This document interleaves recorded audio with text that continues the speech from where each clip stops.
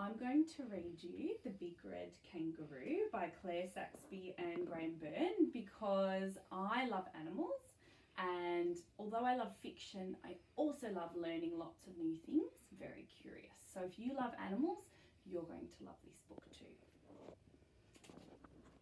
Big Red Kangaroo. Far inland, where ocean is a dim memory, the sun floats on the waves of another bake earth day. In the long shadows, a big red kangaroo licks his forearms and lets the early evening breeze wash over him.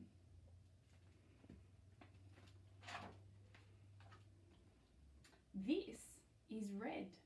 He appears relaxed, almost lazy, but if you watch closely, you'll see his ears twitch. He is alert.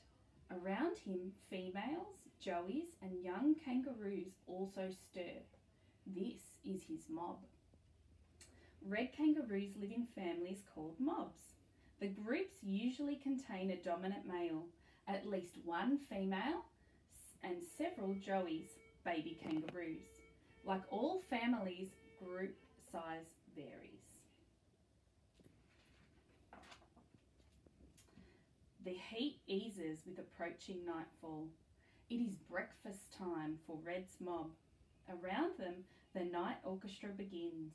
Red rises and leads his mob beyond the shadow line in search of grasses.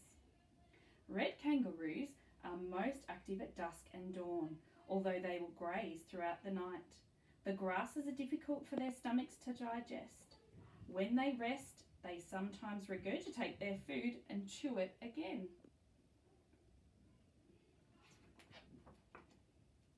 A sudden storm rinses the air and sweeps the dust into mud rivulets. Red flattens his body, extends his tail and bounds treeward, his mob close behind. A kangaroo's tail is long and strong. It works almost as another leg when slow hopping or standing still. When a kangaroo moves at full speed, its tail acts like a rudder and helps with balance.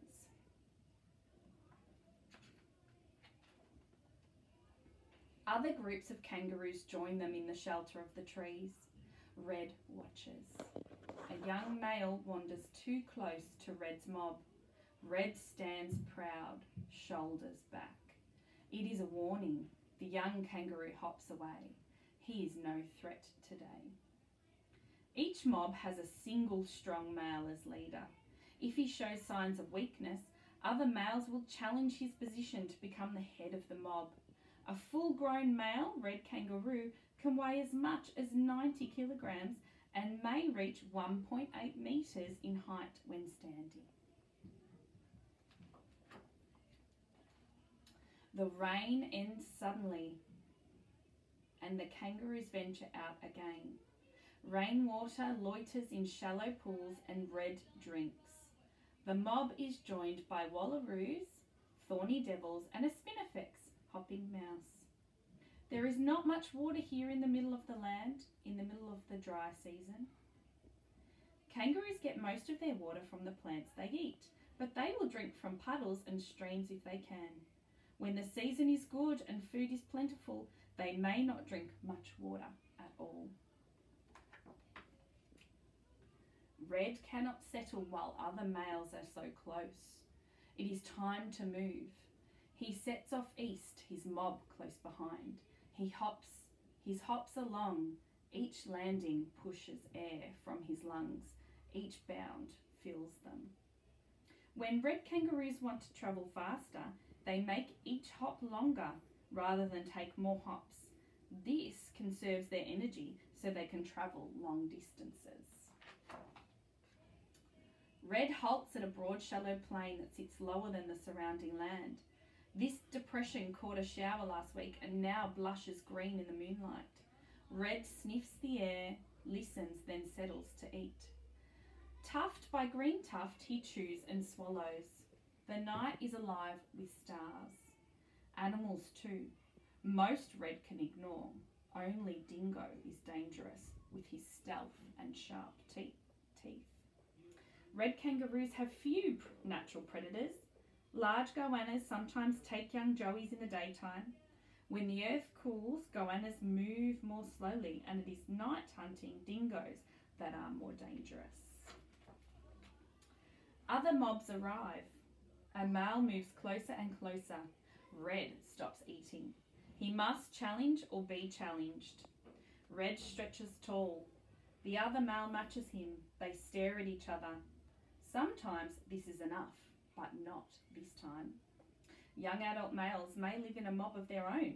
They will play fight with other kangaroos until they are experienced enough to challenge the leader of a mob. Red pushes up on his toes, braces against his tail.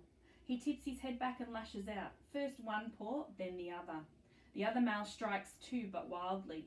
Red's next hit will end it. The challenger retreats, all fight gone from him. Fights for dominance can be fierce, but are usually brief. The loser will withdraw before either kangaroo is really hurt. Red traverses the open plains with his mob. As the sun tips across the horizon, he returns to the trees. They will offer shade and shelter through the sizzle bright day. His belly is full. His mob is safe. Red is king of his world for now. When a male kangaroo is no longer the biggest or strongest, his mob will follow a new leader. This gives the mob the best chance of survival in a harsh environment. Hope you enjoyed the Big Red Kangaroo.